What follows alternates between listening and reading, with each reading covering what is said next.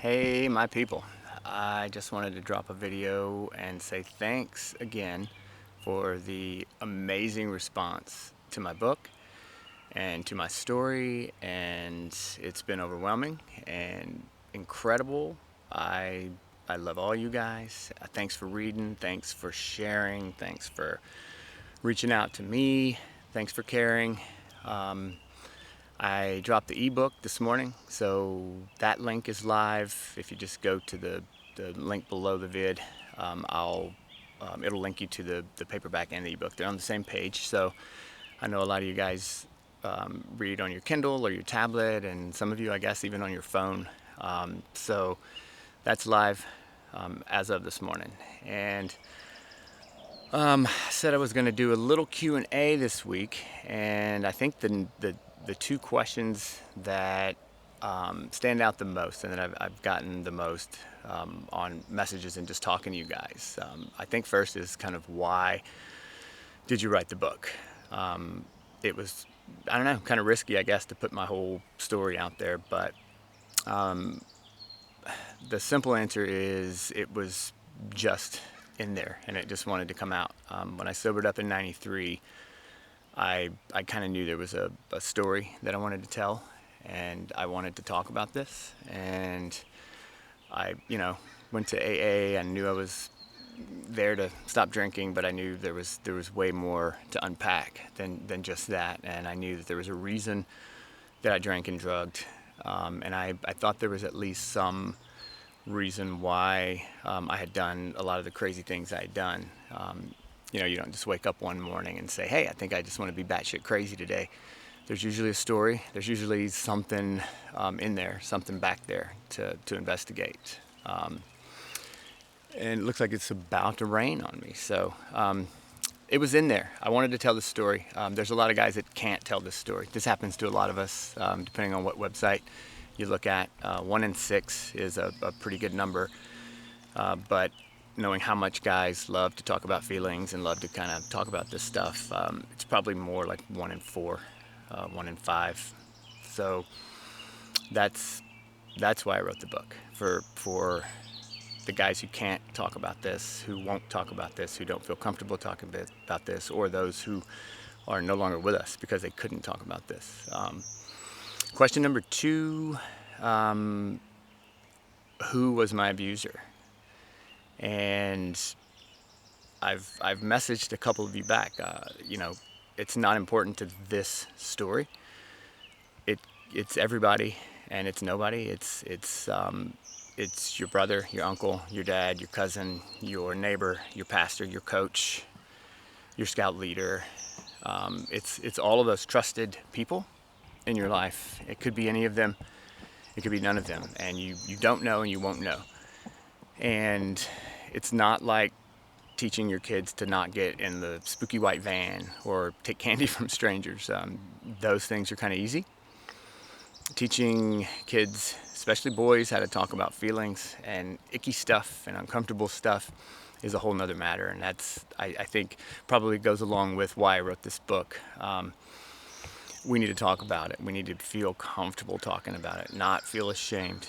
It's going to be uncomfortable either way, but just being able to talk about it and not feel like there's going to be some stigma or that I'm weak or whatever, I think that's a starting place. So I was never, it was never a secret. I came out in 91, and I told the sheriff, I told people at work, I told my family, I told his family. It wasn't something I hid. I don't feel the need right now to say a name or anything, but with all the stuff going on in my hometown right now, it has been on my mind. Has been one of those things, if I have a regret, if I have any kind of thing in there from my story, I don't really know if anything ever happened to him. Don't know if he ever got counseling. Don't know if he ever even admitted anything. Back then, he blew it off to teenage curiosity. And if you read the book, I was 5 or 6 or 7. I don't really remember when it started. He was 10 years older than me, so that means, 17 or 18. That's not teenage curiosity. teen on teen, behind the barn, show me yours, I'll show you mine. That's teenage curiosity. What happened to me was not that. So right now it's not important. He's out there, he's on Facebook. I can look him up right now, and he's got a family, and yeah, that's been there for me. And maybe part of the reason I wrote the story, just all of the secret, all of the hiding, all of the feeling a certain way inside, but not being able to kind of show that on the outside had to do with the secret of it all. So anyway, for right now, that's all you get on that. And I'm not coming out or trying to ruin someone's life or do anything like that. Hopefully I was the only one. The way my abuse happened, and after talking to someone who specializes in pedophiles and profiles and, you know, kind of what they do and how they do it, I have a suspicion that I probably was not the only one. So I don't really know what to do with that right now. I'm just sitting on it and just trying to be, and just trying to, this book was kind of cathartic for me. The story's been in there for a long time, but it healed a lot of deep places in me that I didn't really know needed touching, needed healing. And when I had to go back and kind of look at all this stuff under a microscope, when my content editor was asking me to go deep, I had to look at some things that I hadn't looked at. I had to feel some things I hadn't felt. So there's some raw stuff. There's some emotion there that I didn't know I was going to get in touch with. But for now, that's where I'm at with that. And I would just kind of ask that you guys just give me some space on that one. And I mean, I've had one or two people that just keep asking me that question and want to go after him and stuff. And I'm like, you know, that's, maybe the book will reach someone in his family, and they will remember and go, oh, okay, this was not teenage curiosity or whatever. So I'll talk more on that later, but for now I gotta go. And I just want to thank you guys all again.